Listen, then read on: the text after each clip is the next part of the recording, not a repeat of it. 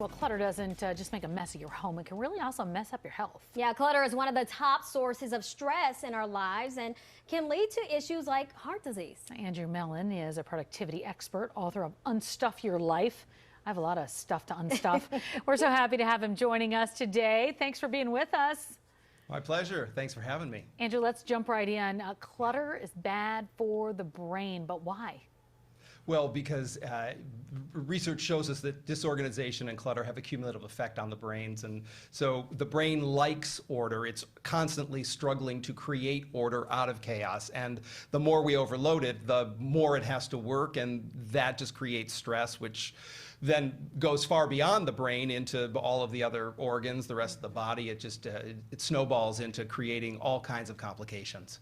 So, Andrew, the idea of getting organized can be a little bit overwhelming for people. So how do you sort through stuff?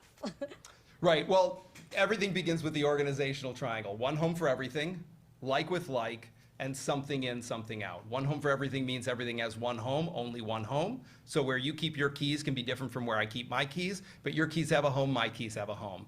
Like with like means all like objects live together, not most of them. So we don't keep most of the tools in the toolbox, but keep the Phillips head screwdriver in the junk drawer. We like all things to be together and one home for everything, and that's how we get organized. Something in, something out is how we stay organized. And so the easiest thing to do is group all your things like with like, and then, and only then, do you start to drill down and make decisions about what's going to stay and what's going to go. Once you've done that, then you can start to containerize it and find the home for it. But often where people get stuck is they're trying to make one-off decisions like, should I keep this sweater? It's harder to make that decision isolated, but if you bring all your sweaters together, it's easier to say, oh, well, of all the sweaters, I don't love this one as much as I love this one.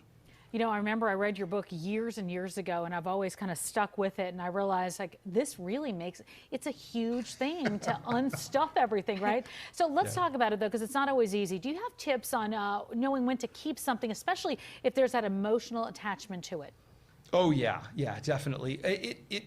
All of the work that I do with, whether they're students, they're private clients, when I'm teaching or speaking, it all begins with your core values. It's important to know what is important to you, not urgent, but important, so you can leverage those core values when you're making your decisions. And you want to focus on your long-term happiness rather than your short-term comfort, because the comfort is fleeting. You will forget what made you uncomfortable today, tomorrow. And then you want to ask yourself, does this make your life more comfortable, convenient, or beautiful? You know Marie Kondo, we all know Marie Kondo, and she talks about, does it spark joy? But I think if we can expand even beyond that into comfort, convenience, and beauty, it kind of rounds out the experience for us. And then you can always ask yourself, would I buy this today? Yes or no? And lastly, if there were a fire, God forbid, would it be the first, second, or third thing that you would grab before you run out the door? And if the answer is no, then it suddenly ceases to have the urgency or the immediacy that it does in the vacuum of, should I keep this thing by itself? Good. Andrew, what are your thoughts on, those things you have an emotional attachment to, kind of repurposing them?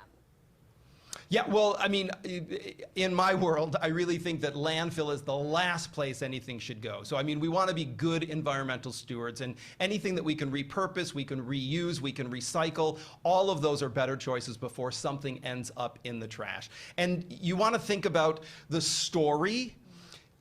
I like to say all the time, right? Other than an American Girl doll, nothing arrives with a story. We bring the story to it. So we want to get really clear on, is it a good story? Is it a story in which we're the hero? Or is it a story in which we're the victim? Because often when we are keeping score, or we're trying to figure out should something stay or should it go, we're making our decisions based on trying to avoid guilt or shame or discomfort in some way, rather than glass half full mindset being, does this make my life more comfortable? Does it add value? Does it spark joy, or does it make me happy when I'm around it, as opposed to, the sweater, the one nice sweater your jerky ex-boyfriend got you that you don't want to let go of because it was expensive, but every time you go to put it on, you're reminded of him, and it's not a happy memory. I got rid of those a long time ago.